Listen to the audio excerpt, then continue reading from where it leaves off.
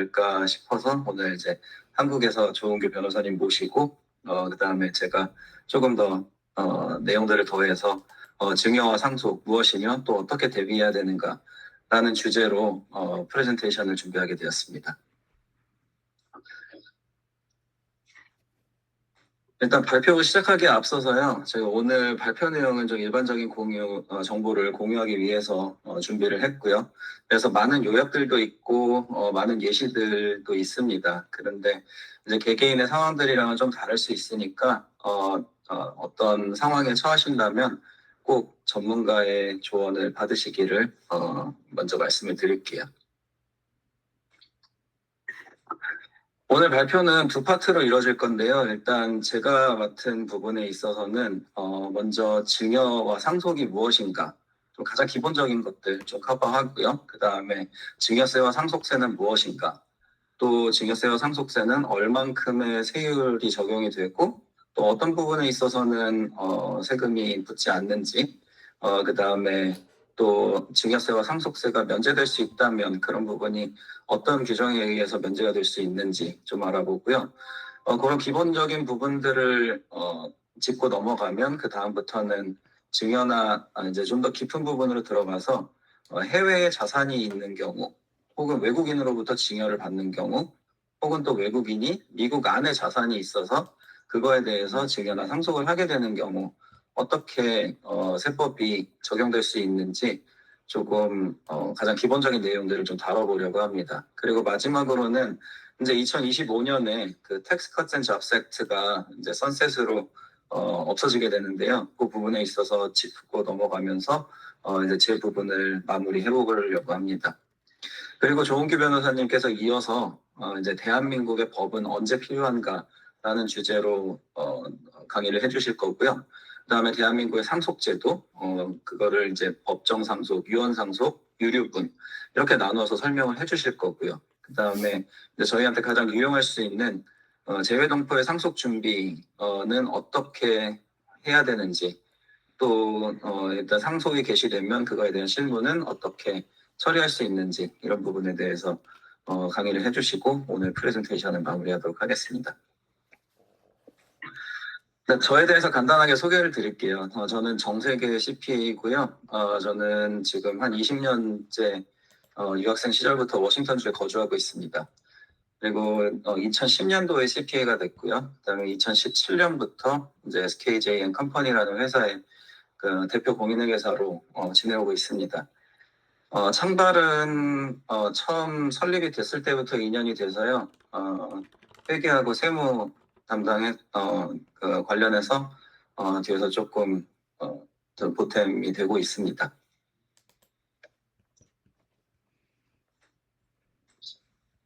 이제 본론으로 들어가서 일단 증여라고 하면은 증여는 재산을 가진 어떤 사람이 살아있는 상태에서 무상으로 돈을 받지 않고 또는 원래 시가보다 많이 낮은 금액으로 타인에게 재산에 대한 권리를 이전하는 일을 얘기합니다. 그게 상속이랑 다른 건 상속은 이제 재산을 가진 사람이 사망으로 인해서 이제 그 상속을 하게 되는 거죠. 그러니까 재산들이 상속인에게 분배되는 과정을 얘기합니다. 그러니까 살아있을 때 주느냐 아니면 죽으면서 남기느냐 그게 가장 큰 차이라고 볼 수 있겠죠. 그럼 증여와 상속을 하게 되면 그 증여세와 상속세 법률에 따라서 세금이 발생이 됩니다. 근데 그 이전된 가치에 대해서 세금이 붙게 되는데요. 뭐 만불짜리 자산을 자식에게 증여를 한다면 그거에 대해서 세금이 붙겠죠. 제가 강조하고 싶은 부분은 일단 이거는 소득세와는 전혀 별개의 세금이라는 거예요. 그래서 증여세와 상속세는 신고서 자체도 다르고요. 세율도 다르고 전혀 다른 그 세법의 한 부분에 적용을 받게 됩니다. 그러면 이 세금은 누가 내야 되는 것인가를 살펴보자면 미국 연방 증여세나 상속세 같은 경우에는 증여세는 일단 증여자, 그러니까 그 증여를 하는 사람이 세금을 내도록 되어 있고요. 상속세는 상속을 받는 사람이 아닌 이제 돌아가신 분의 유산에서 그 세금이 부담이 되도록 되어 있습니다. 그러니까 결국에는 받는 사람은 아무런 세금의 특수한 경우를 제외하고는 세금을 납부해야 될 의무가 없다라고 보시면 되는 건데요. 가장 제가 많이 받는 질문 중에 하나가 제가 부모님께 증여를 받았습니다. 일단 축하드립니다. 네. 근데 그거에 대해서 소득으로 신고를 해야 되느냐고 질문을 해주시는 분들이 많은데요. 그거는 소득이 아닙니다. 증여나 상속을 받은 거에 대해서는 증여를 한 사람, 그 다음에 돌아가신 분의 유산에서 그 증여세와 상속세가 부담이 되고 받으신 분께는 세금의 부담이 없습니다. 그러면 이 증여세와 상속세는 얼마만큼의 세금을 내야 되는지를 좀 알아볼게요. 일단 첫 번째로 그 좀 먼저 알고 넘어가야 될 부분이 증여세와 상속세는 이제 미국 연방 그 페더럴 텍스하고 그다음에 주세, 스테이트 텍스 두 가지로 나눠질 텐데요. 뭐 다른 주들은 각자 그 주의 증여세나 상속세 법이 있고 증여세나 상속세가 전혀 없는 주도 있고 다르지만 일단은 저희가 거주하고 있는 워싱턴 주를 기준으로 말씀을 드릴게요. 일단 페더럴 같은 경우에는 증여 상속 한도가 있습니다. 이걸 라이프타임 익셈션이라고 부르는데 이 금액까지는 일생 동안 증여와 상속을 합쳐서 증여나 상속을 하더라도 세금이 발생을 하지 않아요. 2025년을 기준으로 지금 현재 1,399만 불까지 1인당 증여나 상속을 세금 없이 할 수 있게 되어 있습니다. 그 금액을 넘어서 증여나 상속을 하게 되는 경우에는 18%에서 40%의 증여세 또는 상속세가 발생을 합니다. 워싱턴주 같은 경우에는 일단 증여세가 없습니다. 증여세가 없다는 얘기는 살아있을 때 내가 가지고 있는 자산을 누구에게 넘겨줄 때, 무상으로 넘겨줄 때는 아무런 세금이 발생을 하지 않지만 사망을 하면서 유산으로 남기게 되면 면제 한도가 상당히 낮은데요. 219만 3천 불이에요. 2025년도를 기준으로. 그리고 이 금액이 지금 최근 몇 년 동안 한 번도 오르지를 않고 계속 이 금액으로 유지가 되고 있어요. 인플레이션도 적용이 되질 않고요. 상속세 면제 한도 219만 3천 불을 적용한 다음에 10에서 20%의 세금이 발생을 합니다. 그래서 지금 워싱턴주 같은 경우에는 계속 부동산 가격이 꾸준히 올라왔고요. 되게 다른 지역들보다 더 가파르게 올라왔고, 그렇기 때문에, 상속을 하는 과정에서 미국 연방 그 상속세는 걱정을 하실 필요가 없지만, 워싱턴주 같은 경우에는 상속세가 적용이 되는 경우들을 제가 종종 봐왔습니다.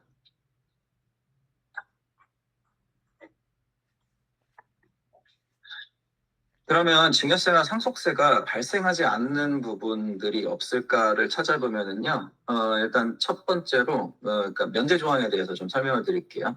그 annual gift exclusion 해서 1년에 19,000불까지. 지금 이 금액은 2025년을 기준으로 한 거고요. 매년 이 금액이 조금씩 조정이 되고 있고, 인터넷에 찾아보시면 쉽게 금액을 찾으실 수가 있어요. 그러니까 수증자, 그러니까 그 돈을 그 증여를 받는 사람 1인당 19,000불까지는 증여세 신고 의무 없이 또 증여세 없이 증여를 하실 수가 있습니다. 예를 들어서 부부가 3명의 자녀가 있는데 신고 의무나 세금 없이 증여를 하는 경우에는 부부가 2명이니까 2명이 3명에게 주는 거니까 총 6번의 증여가 있다고 볼 수 있고요. 그래서 19,000불을 6번 하게 되면 11만 4천 불까지 증여가 가능하다고 볼 수 있습니다. 여기에서 많이들 그 잘못하시는 경우가 19,000불 이상을 주게 되면 자동으로 세금이 발생한다 이렇게 알고 계시는 분들이 많이 계시더라고요. 근데 그거는 사실이 아니고요.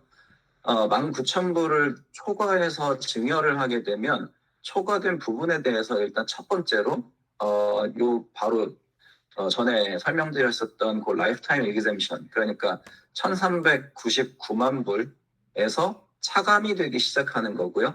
그렇게 돼서 차감이 다 된 다음에 그제서야 그 증여세나 상속세가 발생을 하게 됩니다. 그렇지만 19,000불을 넘어서 라이프타임 에그젬션을 쓰면서 이제 증여를 하게 되는 경우엔 본인이 라이프타임 에그젬션을 썼다라는 사실을 IRS에 그 폼 709, 그러니까 증여세 신고서를 통해서 신고는 하셔야 됩니다. 그리고 두 번째는 이제 그 교육비나 의료비로 사용될 금액을 증여하는 경우예요. 대신에 이런 금액에 대해서는 신고할 의무도 없고 증여세도 발생을 하지 않지만 그 비용이 의료기관이나 뭐 교육기관으로 직접 지불이 되어야 됩니다. 그러니까 예를 들어서 뭐 할아버지가 뭐 손자가 대학을 가는데 첫 학기 등록금을 내주고 싶다. 그런 경우라면 그 금액의 할아버지께서 체크를 직접 학교로 쓰셔야 돼요. 그 손자한테 줘서 네가 뭐 돈을 내라 뭐 이렇게는 할 수가 없다라는 얘기입니다. 그리고 세 번째는 배우자에게 증여나 상속을 하는 경우인데요. 배우자에게 증여나 상속을 하는 경우에는 일단 기본적으로 증여세나 상속세가 발생을 하지 않습니다. 근데 이거는 어디까지나 그 수증자 혹은 상속인이 그 미국 시민권자일 때고요. 이 부분에 있어서 조금 그 소득세와는 좀 많은 차이가 있는데, 일단 첫 번째로 소득세 같은 경우에는 거주자 또는 비거주자로 그 납세자를 구분을 합니다. 그래서 시민권자와 그 영주권자가 크게 차이가 없는데요. 지금 여기 같은 경우에는 배우자가 만약에 영주권자라고 한다면 상속을 하는 증여를 하는 금액에 있어서 그 모든 금액을 전부 다 그 증여세에서 면제를 받을 수는 없습니다. 그래서 기타 규정이 있고요. 그 규정에 대해서는 오늘 시간 관계상 다 설명을 드리지는 못하지만 만약에 이런 경우시라면 좀 더 자세한 규정을 찾아보시는 것이 좋겠습니다.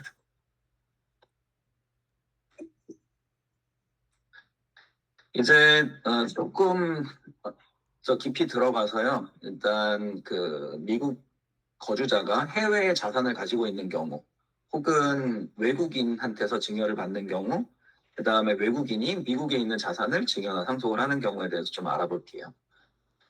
일단 첫 번째로 그 증여자나 피상속인, 그러니까 증여를 하는 사람이나 고인이 되신 분이 미국 시민권자 혹은 미국 거주자인 경우에는 그분이 가지고 계시는 모든 자산에 대해서 과세가 되도록 되어 있습니다. 대신에 만약에 해외에 자산이 있었다면 그 자산이 위치한 그 나라에서도 그 자산에 대해서 과세를 할 수가 있어요.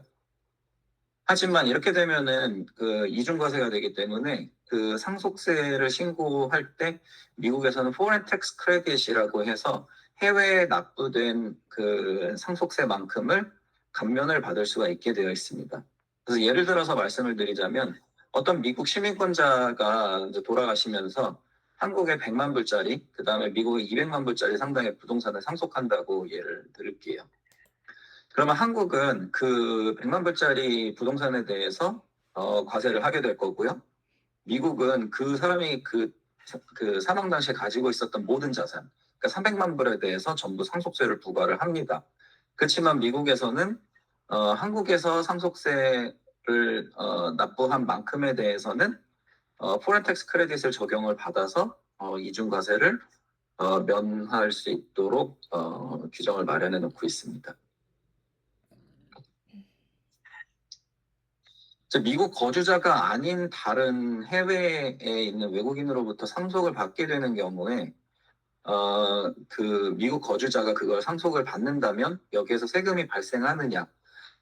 이 부분은 사실 제가 이제 뭐 여기에 이민을 오셔서 근무를 하고 계시고 뭐 영주권을 받으시고 이런 분들이 뭐 한국에 부모님이 돌아가셨다 혹은 아버지가 뭐 명의 이전을 해주셨다 이렇게 되면은 이런 부분에 있어서 제가 뭐 세금을 부담해야 되느냐 이런 질문들을 주실 때가 있으세요. 이런 경우에는 일단 기본적으로 세금은 미국에서는 발생을 하지 않습니다. 첫 번째 이유는 제가 아까 말씀드렸었던 것처럼 그 증여세나 상속세는 증여를 하는 사람 또는 그 피상속인이 부담할 부분이기 때문에 증여를 받거나 상속을 받는 사람 입장에서는 세금을 발생되지 않고요. 그 다음에 한국에 계신 그 증여자를 미국 정부에서 과세를 할 수가 없어요. 그렇기 때문에 일단은 거기에서 세금은 발생을 하지 않습니다. 그렇지만 만약에 거기에서 이제 연간 증여가 되거나 상속이 된 부분이 1년간 10만 불 이상이었다면 거기에 대해서 세금은 없지만 폼 3520이라는 양식을 통해서 신고를 하셔야 되는 의무는 있습니다.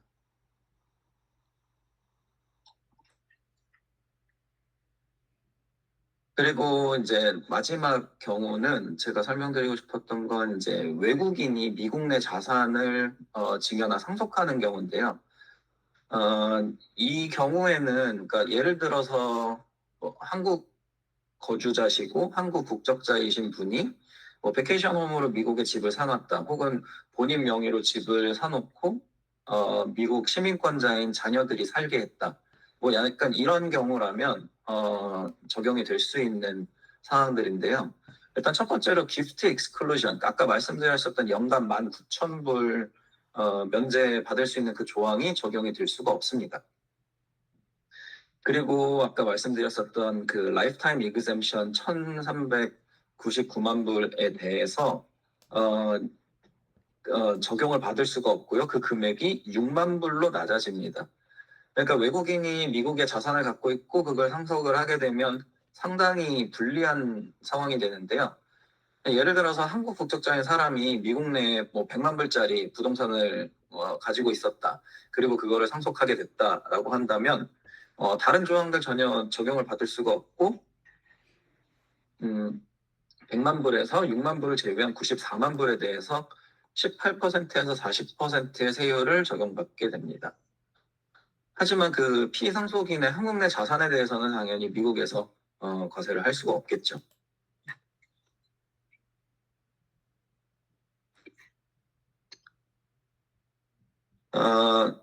이제 마지막으로 텍스 컷 앤 잡스 액트에 대해서 좀 짚고 넘어가려고 하는데요. 일단 텍스 컷 앤 잡스 액트는 2018년에 시행된 특별법이에요.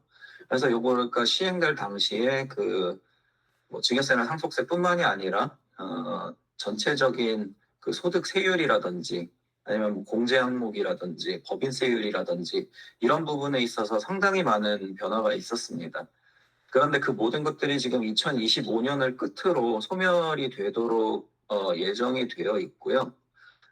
사실 증여세와 상속세와 관련해서 가장 컸었던 변화는 사실 2018년도 당시에 라이프타임 이그젬션은 560만 불이었는데 이게 2배로 늘어나면서 1,120만 불까지 늘어났었어요. 그래서 1,120만 불에서 조금씩 조정이 되면서 지금 2025년에 1,399만 불로 금액이 올라가 있는 상태입니다. 원래대로라면 2026년에 라이프타임 이그젬션이 한 700만 불 정도로 다시 인하가 되어야 되는 상황인데요. 하지만 이제 트럼프가 다시 집권했기 때문에 텍스 컷 앤 잡스 액트에 대한 내용이 다시 연장될 가능성은 있는 상태입니다. 이걸로 오늘 제가 준비한 내용 마무리하고요. 이제 조홍규 변호사님께서 이어서 프레젠테이션 진행해 주시겠습니다. 감사합니다.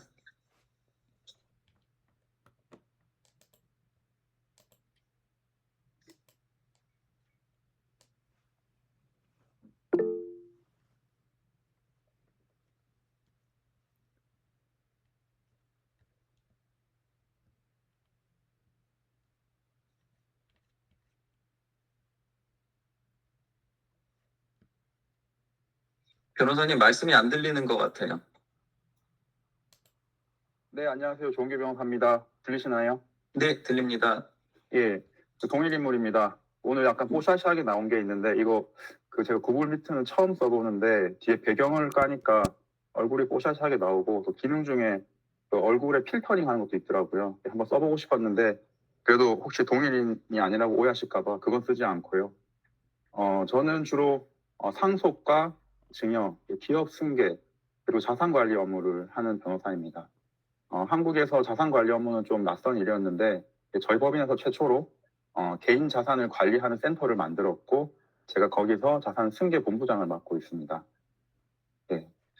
오늘은 미국에 계신 분들께 왜 굳이 대한민국 법을 알려드려야 하나, 여기에 대한 질문에 대한 답부터 시작하겠습니다. 미국에 계신 분들도 대한민국 법이 적용되는 사례가 있고 대한민국 법을 아는 게 훨씬 유리한 점이 많기 때문에 이제 그 사례를 설명드리려고 합니다. 그리고 그런 과정에서 대한민국의 상속 제도와 특히 이제 미국에서 흔하게 인정되기 어려운 유류분 제도가 있기 때문에 그 유류분에 대해서도 설명드리겠습니다. 마지막으로 미국에 계신 재외동포분들께서 어떻게 상속을 준비하고 그리고 실제로 상속이 발생하고 나서 자산 이전하는지 여기에서도 간략히 설명드리도록 하겠습니다. 왜 대한민국 법이 필요하냐면요. 이 사례 한번 보시죠. 대한민국의 국적자이신 부친께서 미국에 있는 자녀분들한테 100억 정도 건물을 증여하려고 하세요. 근데 그 두 자녀 중에서 둘째 분에게만 100억 상당의 건물을 유언으로 증여를 하고 돌아가셨어요. 이때 이 법률 관계는 그대로 실현이 될 수 있을까요? 미국 법이 적용된다면은 유류분이라는 게 없기 때문에 문제가 없겠죠. 하지만 한국 법이 적용된다면은 지금 말씀 주신 것처럼 유류분이라는 제도가 있기 때문에 문제가 됩니다. 대신에 미국 법에 따르면은 유언이 있으면은 프로베이스를 거쳐야 하는 번거로움이 있지 않습니까? 그래서 어느 나라 법이 적용되는지가 매우 중요한 일이 됩니다.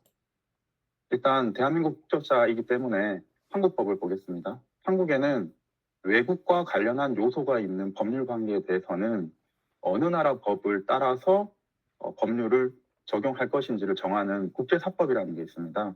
이 국제사법에서 상속에 관해서는 피상속인, 즉 돌아가신 분의 본국법을 따른다고 정해뒀어요. 다시 케이스로 돌아오면은 돌아가신 분이 부친이시죠. 이 부친께서 한국 국적자니까 미국 법이 아니라 한국 법이 적용됩니다. 그리고 한국 법이 적용되기 때문에 유류분이 인정이 되죠. 그래서 둘째는 100억 상당의 건물을 상속받았음에도 불구하고 유류분으로 25억 원을 반환해야 됩니다. 자, 반대 사례 한번 볼까요? 이제는 부친께서 시민권자세요. 시민권자인 부친께서 동일하게 이제 자녀들에게 100억 건물을 증여하려고 했는데 둘째에게만 유증을 남겼습니다. 여기서 제가 밑줄 그 부분이 포인트입니다. 어디에 있는 건물을? 한국 서울 강남에 있는 건물입니다. 자, 이때는 어느 나라 법이 적용이 될까요? 아까 전에 저희가 봤을 때 한국법에 따르더라도 국적에 따라서 판단한다고 되어 있지 않습니까? 그런데 미국에서는 각 주마다 상속법이 다르고 상속은 주법에 따라서 의율이 됩니다. 그런데 각 주마다 상속법이 다를 때 어느 법을 따를지를 정할 수 있는 지침을 마련하고 있는데 그게 conflict law라고 되어 있는 법입니다. 여기서 보면은 부동산에 관한 유언은 그 부동산 소재지의 법을 따른다 이렇게 되어 있거든요. 그래서 부친이 미국인이고 죄송합니다. 부친이 미국인임에도 불구하고 시민권을 따셨음에도 불구하고 건물이 강남에 있기 때문에 한국에 있는 부동산을 유증했기 때문에 이 유증에 관한 법은 미국 법이 아니라 한국 법이 적용되고 이때는 마찬가지로 유류분이 적용이 되어서 둘째 분은 25억을 반환해야 되는 상황이 될 수 있는 거예요. 이처럼 중거법이라는 거는 동일한 법률 관계를 두고도 전혀 다른 결과를 낼 수 있는 매우 중요한 건데요. 상속과 관련한 중거법은 돌아가신 분의 국적 그리고 상속 재산이 무엇인지 아까 저희가 봤던 규정은 부동산에 한해서만 적용되는 거거든요. 부동산이 아닌 거에 대해서는 미국 법이 적용되거든요. 그리고 상속재산 위치, 부동산일 때 어디에 있냐, 어느 나라이냐 따라서 그 나라 법을 따라야 되니까요. 이렇게 세 가지를 고려를 해서 판단하게 됩니다. 다음으로 해외에 계신 분들 중 많은 분들의 부모님이 한국에 계신 경우가 있는데요. 이 사례에서도 부친께서 한국에 계시고 자녀분들은 미국에 거주 중인 상황이었습니다. 근데 부친이 이제 간병사를 고용을 했는데 계속 지나고 보니까 간병사가 부친을 병원에 자주 데리고 가진 않은 것 같은데 부친 돈이 계속 사라지는 겁니다. 확인해 봤더니 부친의 돈이 간병인으로 넘어가고 있는 거였죠. 이때 미국에 있는 자녀분들이 부친을 위해서 할 수 있는 일이 무엇일까요? 직접 한국으로 가서 이 간병인을 잡으면 되지만 그게 어려운 경우에는 한국에서는 성년 후견 제도라는 걸 마련하고 있습니다. 이제 가족들이면은 성년 후견 심판을 청구할 수 있는데요. 그렇게 되면은 후견인이 선임이 되어서 그 후견인이 법원의 관리 하에 부친을 위해서 일을 할 수 있게 됩니다. 이렇게 되면은 간병인에게 갔던 돈이 후견인이 오면은 다시 부친에게 돌아가게 만들고, 간병인이 했던 불법 행위에 대해서 후견인이 소송도 대신해서 해주고 부친을 도와줄 수 있는 그런 안전장치를 마련할 수 있게 되는 겁니다. 그리고 해외에 계신 많은 분들이 한국의 주식을 가지고 있거나 부동산을 가지고 있는 등으로 재산을 많이 보유하고 계신데요. 이런 재산을 관리함에 있어서도 결국은 대한민국 법을 일부는 아셔야만 된다. 그런 이유에서 대한민국의 법이 필요하다는 걸 말씀드립니다. 그래서 대표적으로 아셔야 될 제도로 상속제도와 유류분을 말씀드리고 싶은데요. 한국은 상속이 일어나면은 법에서 정한 순서대로 상속인이 됩니다. 내가 내 상속인이 누가 될지를 정할 수가 없는 겁니다. 이 사례에서는 그 의뢰인께서 이제 배우자와 이제 오랫동안 생활하셨는데 배우자께서 돌아가시면서 배우자 명의였던 아파트를 이제 의뢰인에게 이제 상속해준 케이스입니다. 근데 상속을 받으셨지만 이제 얼마 지나지 않아서 건강 상태가 나빠졌고 혼자서 거동이 불편할 정도로 힘들어지셨어요. 그러고 나서 제 동생이 한 10여 년 이상 이 의뢰인을 돌봐주셨습니다. 그런데 그 의뢰인께서 요양병원에 입소하고 나시고 나서 치매가 심해진 상황에서 갑자기 의뢰인의 자녀라는 분이 등장했습니다. 알고 봤더니 의뢰인이 젊으실 때 이 자녀가 태어났던 것 같아요. 어떤 경위인지 잘 모르겠습니다. 어쨌건 친자로 확인이 됐기 때문에 자녀가 있는 분이 된 거죠. 그리고 이제 치매인 상태입니다. 이때 의뢰인이 돌아가신다면은 이렇게 상속받은 30억 아파트는 누구에게 갈까요? 한국에서는 상속인이 될 사람을 이렇게 순서대로 정하고 있는데요. 첫째로는 돌아가신 분의 직계 비속, 바로 자녀들입니다. 자녀가 있으면 1순위 상속인이 되기 때문에 형제, 자매는 자녀가 있는 이상은 상속인이 될 수가 없습니다. 따라서 의뢰인이 상속받았던 이 부동산은 10여 년 이상 간병을 해줬던 동생이 아니라 자녀에게 상속될 수밖에 없는 것입니다. 이런 불합리를 해결하기 위해서 이제 유언으로 내 재산을 누구에게 주겠다 이렇게 정할 수가 있는데요. 혹시 유언 해보신 분 있으신가요? 유언 없으신가요? 유언 해보신 분? 유언이 뭘까요?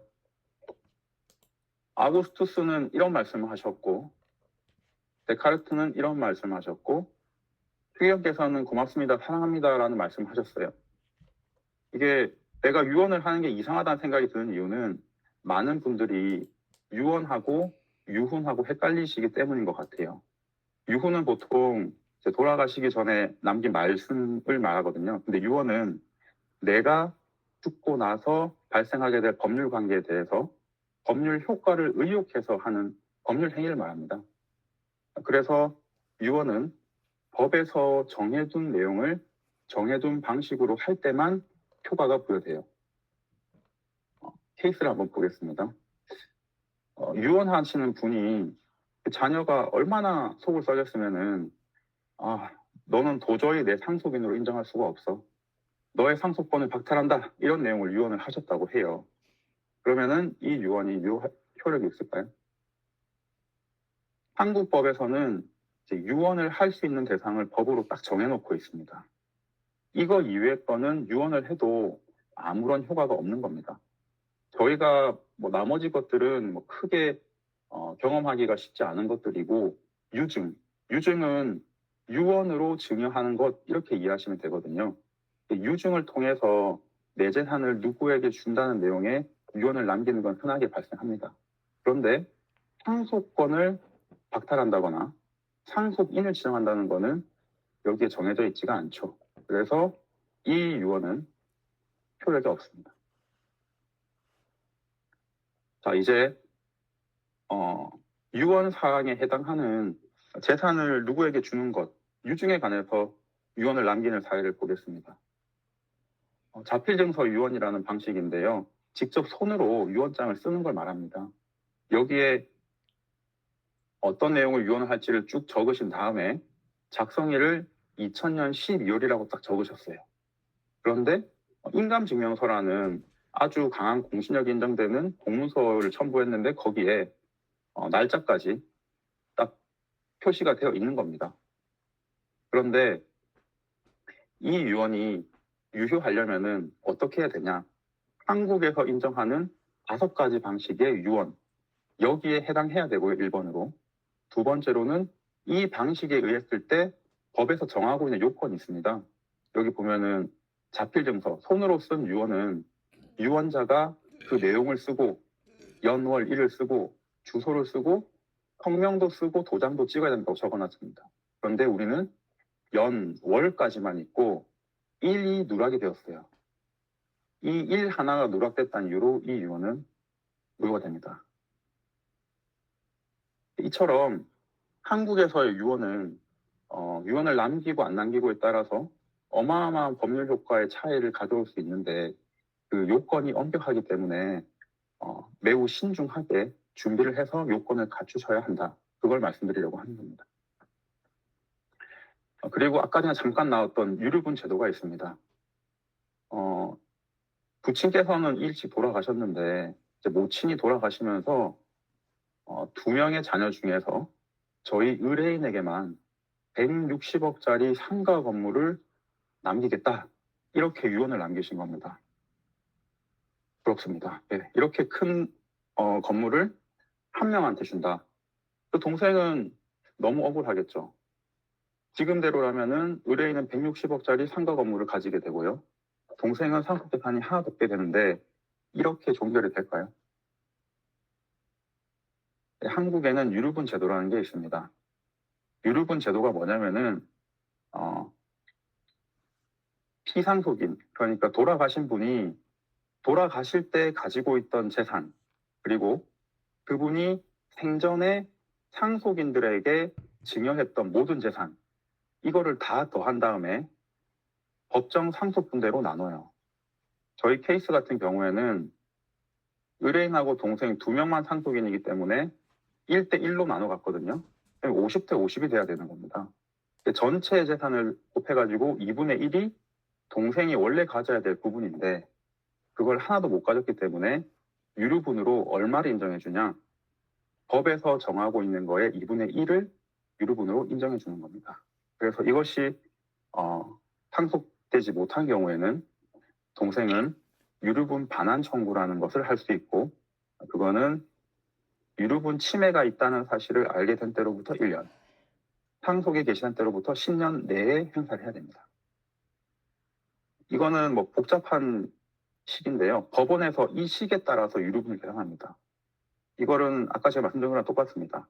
생전에 증여받은 재산, 그리고 돌아가실 때 가지고 있던 상속재산, 이걸 더한 다음에 법정 상속분을 곱하고 그게 원래 각각의 상속인이 법에서 인정받고 있는 상속분인데요. 거기에 2분의 1, 이게 유류분이다.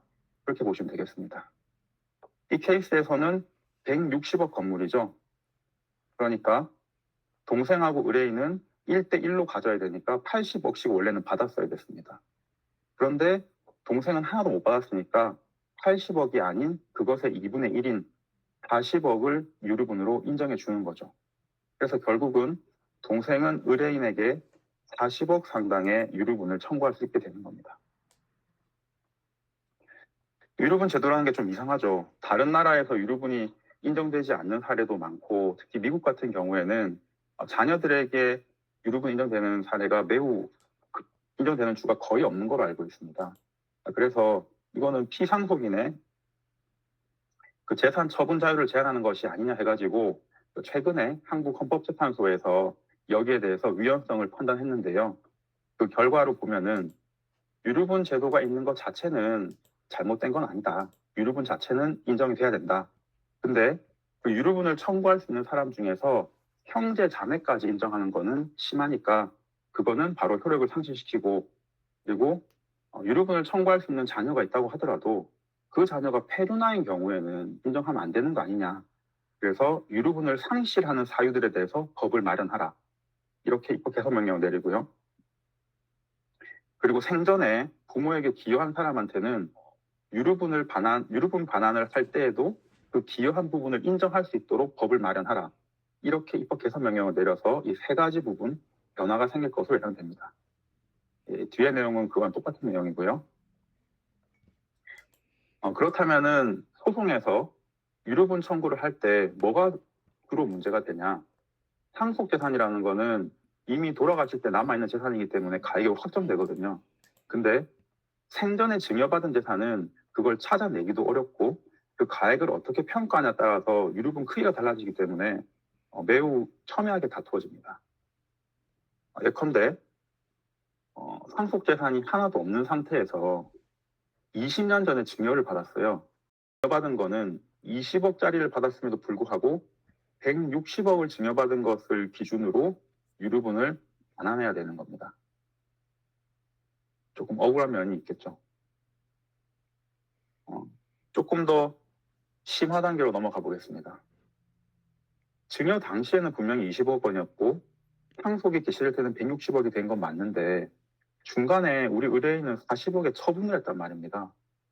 지금 160억을 하는 거랑 상관없이 나는 40억 받고 끝났는데 왜 160억이 기준이 돼야 되냐? 이런 문제를 제기한 사례가 있었던 거죠.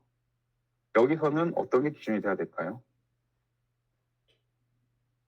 대법원에서는 이 재산이 증여받은 재산이 처분되거나 아니면 국가가 강제로 수용했다면은 그 당시의 가액을 기준으로 판단한다.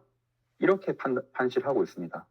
따라서 이 경우에는 40억을 증여받은 것으로 보는 거예요. 대신에 이때 증여받은 걸 40억으로 보는 것으로 끝나는 게 아니라 이때 처분하니까 40억 가치가 됐는데 이 40억의 현금이 지금에 있어서 현금 가치로 얼마가 되는가 정도는 환산을 해서 유류분을 계산하게 됩니다. 다음으로 유류분을 포기한 사례입니다. 동생이 하도 사고를 많이 치니까 이제 의뢰인이 이제 어머니 생존에 계실 때 용돈도 많이 주고 뭐 차도 사주고 하면서 너 나중에 어머니 돌아가시면 유류분 청구하지 마. 그렇게 하면서 달래서 인감증명서까지 첨부해가지고 유류분 포기 각서를 받았습니다. 그런데 어머니가 돌아가시자마자 바로 유류분 반환 청구를 한 케이스예요. 생전에 미리 유류분 포기를 했음에도 불구하고 유류분 반환 청구를 하는 것이 가능한지의 문제인데요. 대법원은 상속 개시 전에 유류분 포기 약정해봤자 효력이 없다고 합니다. 그래서 동생은 유류분 포기한다고 하고 형한테 뭐 많은 돈을 받았음에도 불구하고 유류분 반환 청구를 할 수 있는 겁니다. 그래서 유류분 포기를 대가로 어떤 반대급부를 제공하는 거는 상속 개시 전에는 절대 하시면 안 된다. 이거를 주의하셔야 되겠습니다.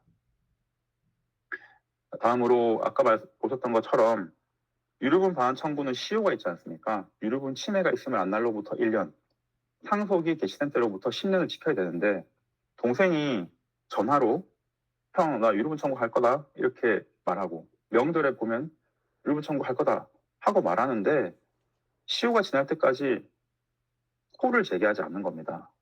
형은 되게 불안한 마음으로 10년을 버텼는데 갑자기 10년 지나고 나서 형이 이제 안도감이 들려고 할 때쯤 포장이 날라온 거예요. 유류분 반환 청구한다고.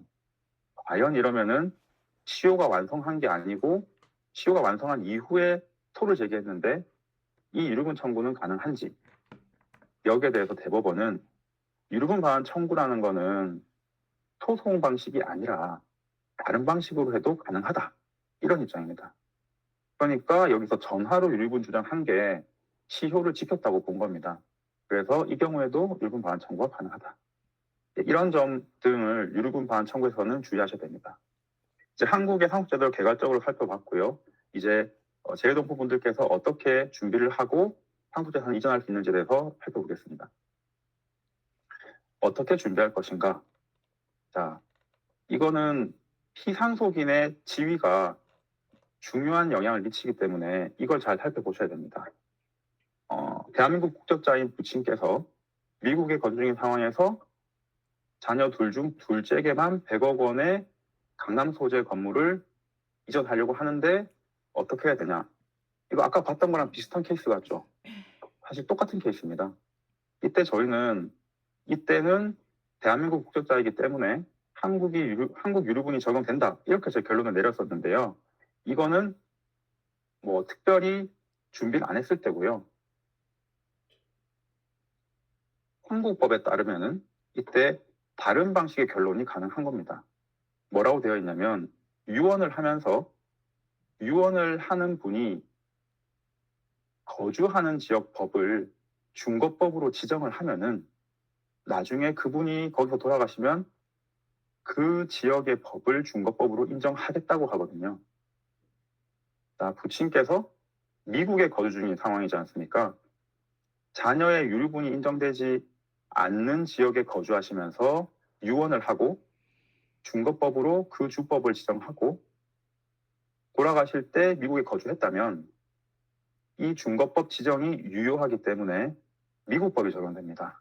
그래서 동일한 사실관계였음에도 불구하고 이 중거법 지정 유언이 있냐 없냐 하나 가지고 유류분 적용이 되지 않도록 결과가 바뀌어버리는 겁니다. 그래서 중거법 지정하는 것도 유언을 상속을 준비할 때 있어서 중요한 내용이다. 이렇게 설명을 드립니다. 미국에서는 신탁을 많이 하지만 이제 유언도 필요한 경우가 많거든요. 유언은 이제 한국 방식에 의한 유언도 가능하고요. 미국 방식에 의한 유언도 가능한데 주로 한국에서는 손으로 직접 쓰는 자필증서 혹은 공증인을 통해서 하는 공정증서 유언이 많이 활용되고 있습니다. 유언의 목적과 대상이 무엇인지, 그리고 미국에서 프로베이스를 진행할 건지 아닌지, 그리고 한국에서 재산 이전이 필요하다면은 그걸 가장 신속하게 하는 것이 무엇인지에 따라서 어떤 유언 방식을 택할지가 달라져야 할 것입니다.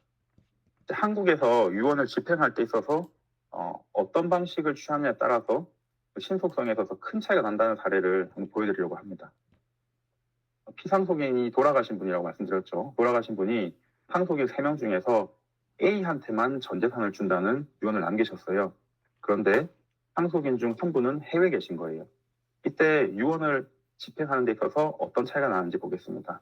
하나는 손으로 직접 쓴 유언을 남겼고 유언 집행자를 정하지 않은 경우고요. 하나는 공증인 통해서 유언을 남겼고 집행자를 정한 케이스입니다. 한국도 유언장이 발견되면은 유언 검인 절차를 거쳐야 됩니다. 그런데 이 검인 절차는 미국의 프로베이시랑 전혀 달리 재판에 한 번만 출석하면 되고 출석해서도 다투는 게 아니고 증거 보존하는 절차에 불과합니다. 대신에 이 절차를 한 번 하기 위해서 모든 이해관계인에게 출석을 통지해야 되는데 해외에 계신 분들에게 통지를 하려면은 국가기관을 통해서 송달해야 되기 때문에 수개월이 걸립니다. 따라서 아주 간편한 절차임에도 불구하고 이해관계인에게 통지를 해야 된다는 이유만으로 수개월의 시간이 소요되는 거죠. 그런데 여기 한번 보시죠. 여기 보면은 공정증서에 의한 유언에는 적용하지 아니한다. 그러니까 유언 검인 절차, 이 증거보존 절차에 해당하는 이 절차도 공정증서를 한 경우에는 필요조차 없다는 겁니다. 그러니까 여러 유언 방식 중에서 공정증서 방식으로 유언을 하시면은 검인 절차 없이 바로 집행이 가능한 겁니다. 그리고 유언 집행자가 있으면은 그 집행자가 단독으로 유언을 집행해버릴 수 있어요. 그런데 유언 집행자를 지정하지 않으면은 상속인들이 공동으로 집행을 해야 되고 이 케이스의 경우에는 ABC 3명이 공동으로 집행해야 되는데 이 의사결정은 과반수로 하거든요. B씨 같은 경우에 A에게 재산 주는 거에 대해서 동의할 리가 없지 않겠습니까? 그래서 이 케이스에서는 자필증서기 때문에 검인 절차를 진행해야 되고요. 해외 거주자에 대한 송달하느라 수개월이 소요가 될 겁니다. 그리고 유언장을 집행하는 거는 B씨가 동의하지 않기 때문에 불가능해서 소송을 해야 돼요. 그러니까 부동산 등기 하나 이전 받는데 최소 2, 3년 이상의 시간이 걸릴 수 있는 거죠. 그러니까 공정증서에 유언을 하면서 유언 집행자를 지정하면은 좀 전에 확인했던 것처럼 검인 절차가 필요 없고요. 그리고 유언 집행자가 단독으로 할 수 있기 때문에 이거는 사망 신고 이후에 일주일 정도면은 등기가 이전될 수 있습니다. 이처럼 유언의 집행에 있어서는 그 신속성에 큰 차이가 난다. 이걸 말씀드립니다. 한국도 이제 미국과 비슷하게 리빙 트러스트를 활용하고 있는데요. 이거는 뭐 미국에서 워낙에 많이 쓰시기 때문에 넘어가겠습니다. 한국에서 상속이 개시되면은 이 순서대로 진행을 하게 되는데, 첫 번째로 하셔야 될 것이 돌아가신 분이 상속재산을 얼마나 남겼는지 확인하는 일이겠죠. 한국은 그 녹색창에 안심상속 원스톱 서비스를 치시면은 이제 대한민국 정부가 돌아가신 분의 상속재산 내역을 조회해서 알려줍니다.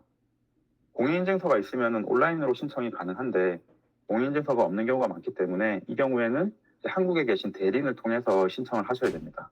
그러면은 금융, 보험, 부동산 이런 재산 내역을 조회해서 알려줍니다.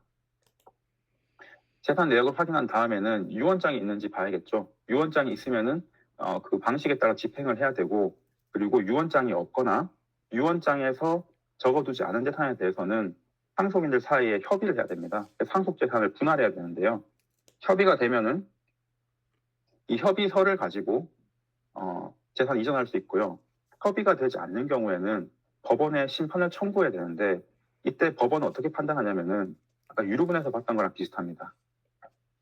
남가 있는 상속 재산은 생전에 증여받은 것을 다 더해가지고 상속분대로 나눠요. 그러니까 상속 재산이 얼마 없는 경우에는 생전에 증여받은 게 많은 분들은 상속 재산 하나도 받지 못하는 경우도 생기는 거죠.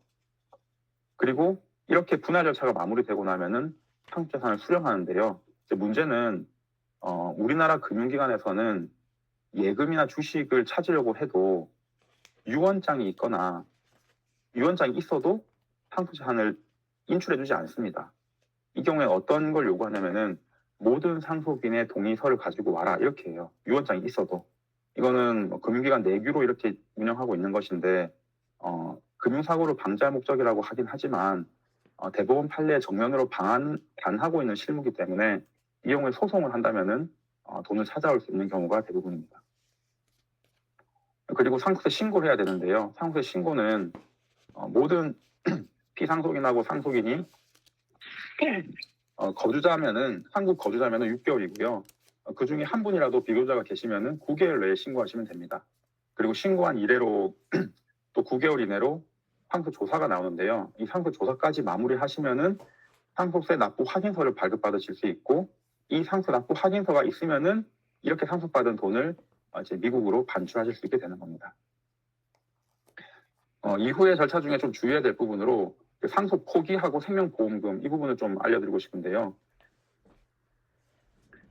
상속을 포기하는 경우는 상속 재산보다 상속 채무가 많은 경우겠죠. 부친께서 채무가 너무 많으면은 상속을 포기하는 게 적절할 텐데요. 이 포기를 하고 나서 봤더니 부친께서 몇십억짜리 생명보험을 가입해둔 게 있는 거예요. 상속 포기했는데 보험금 어떻게 갖고 가라고 생각하실 수 있겠지만, 대법원은 생명보험금은 상속재산이 아니라고 봅니다. 그래서 상속을 포기한 사람도 이거를 상속인의 고유한 권리로 보고 보험금을 수령할 수 있습니다. 그러니까 상속을 포기했다고 해서 생명보험금까지 포기한 줄 알고 수령하지 않으시면 안 된다. 그걸 말씀드리는 겁니다. 그 대신에 상속재산은 아니지만 대한민국은 어떻게든 과세를 하려는 나라이기 때문에 상속재산이 아님에도 불구하고 상속재산으로 간주하고 여기에 대해서는 상속세는 내야 된다. 이걸 알고 계시면 좋겠습니다. 그리고 오래전에 상속이 있었다고 해서 이제 상속재산 분할이 불가능한 게 아닐지라고 뭐 걱정하실 수 있는데, 이건 등기부를 한번 보시면은 방법이 있습니다. 한국에서는 부동산 직업만 알면은 누구라도 부동산 등기부를 발급받을 수 있거든요. 근데 그 등기부에 등기의 원인에 상속이라는 두 글자만 적혀 있다. 그러면은 여기서 어디에 해당하냐면은 1번입니다. 1번. 상속인 중 한 명이 임의로 등기한 거예요. 임의로, 단독으로. 그 말은 이거는 아직 상속재산이 분할되었거나 전국적으로 나눠진 게 아닌데 임시로 등기한 거기 때문에 그 상태인 부동산을 확인하시면은 상속재산 분할이 가능합니다. 그렇다면 어떤 실익이 있냐? 생전에 증여를 많이 받은 분이 등기에서 동일한 비율로 갖고 있다면은 그분의 몫은 줄일 수 있게 되는 거죠. 그래서 오래전에 상속이 발생한 사례들 알고 계신다면은 등기부를 한번 보시라. 거기에 상속이라고만 되어 있다면은 이거는 그 중에서 우리의 몫이 늘어날 수 있는 가능성이 충분히 있다. 그런데 유언이나 상속재산 분할을 원인으로 등기가 되어 있다면은 그건 이미 전국적으로 이전된 거기 때문에 그 상태에서 재산 관계를 옮기는 거는 이제 추가적인 처분이 필요한 행위가 되는 겁니다. 한국의 상속세는 뭐 유명하죠. 전 세계에서 가장 높다고 지금 알려져 있고요. 심지어 한국은 배우자에게도 상속세를 똑같이 부과하고 있기 때문에 매우 과도합니다. 그런데 더 안 좋은 거는 대외동포분들은 한국의 비거주자이기 때문에 그나마 한국에서 인정되고 있는 낮은 단계 이잼션도 인정받을 수가 거의 없고 기초공제 2억 원만 인정될 수 있습니다. 그러니까 세금을 더 많이 납부하시게 된다는 거죠. 대신에 한국은 상속인 간에 연대납세 의무가 있습니다. 그걸 이용하면 절세가 되는데요. 이거 케이스를 끝으로 발표를 마치려고 합니다. 상속재산인 120억 있었는데 배우자는 40억, 자녀는 80억을 상속을 받았어요. 그러면 1대2 비율이기 때문에 상속세 부담도 원래라면은 1대2로 내야겠죠. 그런데 배우자, 어머니께서 자녀가 증여받은 80억까지 다 포함해가지고 자기 돈을 포함해서 60억의 상속을 내버렸어요. 그러면은 원래라면은 세금을 내준 것도 증여가 될 수 있는 거지 않습니까? 그런데 상속에서는 적어도 상속인 상호 간에는 연대납세 의무가 있기 때문에 이때 60억을 전액 납부한 거는 연대납세 의무가 있는 이상은 증여로 보지 않습니다. 따라서 연대납세 의무를 이용해서 간접적으로 증여를 실현할 수 있게 되는 겁니다. 네, 이상 발표 마치겠습니다.